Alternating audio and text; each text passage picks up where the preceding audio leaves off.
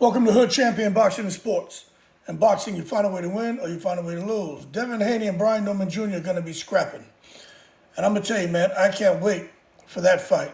Out of all the fights that are happening later this year, that Brian Norman Jr. and Devin Haney fight really got my attention, man. Of course, I want to see Bam Rodriguez back in the ring.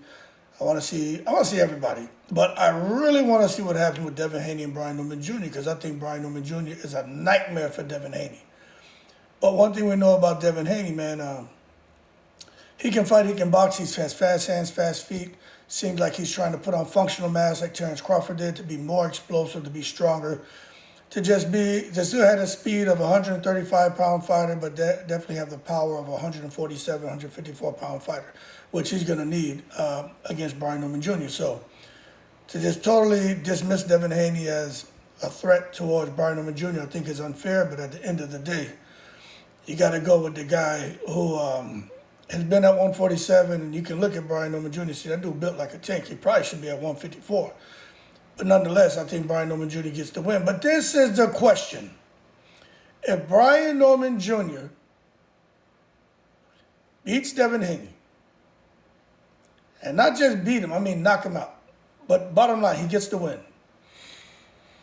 What do we do if all of a sudden the VADA testing they've been doing, Brian Norman Jr.'s test comes back positive?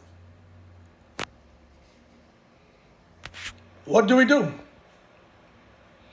Because I'm telling you, the same way I said with Jerome Boots Ennis, he's going to blast Luis Malima. He's going to blast him out in the first round. This is an embarrassment to Philly. And he blasted him out in the first round, and it got everybody looking at him crazy. Most people with any common sense, they're not celebrating this win for Jerome Ennis. They know that he did what he was supposed to do. There's nothing to get excited about. So cool, on to the next. Hopefully then we'll see you fight somebody great. But the bottom line is it drew more negative attention on Jerome Ennis. You know what I'm saying? Like, yo, what are you doing over there? And with Devin Haney, if for some reason he loses, which I think is a good chance he does, but then all of a sudden Brian Norman Jr.'s the blood testing comes back positive, people are going to look at Devin Haney like, say, yo, hold your horses. Let's not take it to the stupid. Now, we know you got in there with Ryan. I think maybe 15% of people believe Ryan's innocent. I think the other 85 at this point in time, not just because the test came back positive for Osterring, it's just Ryan's behavior. And some of the things he said just has people convinced that, yeah, that dude cheated. With me, I'm the guy who believes 95% that Ryan cheated, but that little 5% has me like, you just never know, okay? Because Devin Haney's younger brother did come out and was like, Allah told him Ryan was gonna be on pads or test positive for something, which didn't make sense to me. And plus, Victor Conte runs his mouth too much about, talking about how he knows how to skirt the test and he can make sure anyone who's taking pads, they pass the damn all VADA testing, any blood and urine testing. So when you got somebody like that on your team and you got these things being said, it makes me wonder, like, damn, could they have jerked Ryan? But at the end of the day, 95% of me believes Ryan cheated, all right? But if Brian Norman Jr. comes out here and he beats Devin and all of a sudden his tests come back positive, everyone's going to look at Devin and his team like, yo, what are y'all doing over there?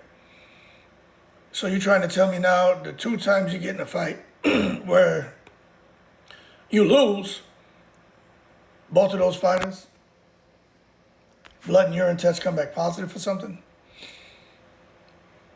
So that's what I'm going to be looking for, because I believe that underestimating Brian Norman Jr. Ain't nobody underestimating Devin Haney. If anything, they're just saying, Devin Haney, he's got PTSD. We're not sure, if he's back. There's a whole lot of question marks around Devin Haney as far as can he get back to optimal form to perform against Brian Norman Jr. Brian Norman Jr., some people are just looking at him saying, okay, what he did to Santillan was a bum. Santillan is not a bum, man. What he did to the Puerto Rican fighter, the guy was a bum. Yo, okay, whatever. Is that what you want to say? What he did to Sasaki was a bum. Brian Norman Jr. has 3 highlight reel knockouts, knockout of the year type stuff against bums. So when he fights Devin, Devin's going to beat him. Yo, I don't know how y'all come up with this. I don't follow your logic. I don't. I just have to say, you hold your horses. Let's not take it to the stupid. Keep underestimating Brian Norman Jr., man. They say he don't have speed. Yeah, whatever. Say he don't have real power. Whatever. Say he don't have footwork. Whatever. Y'all say what you want about Brian Norman Jr.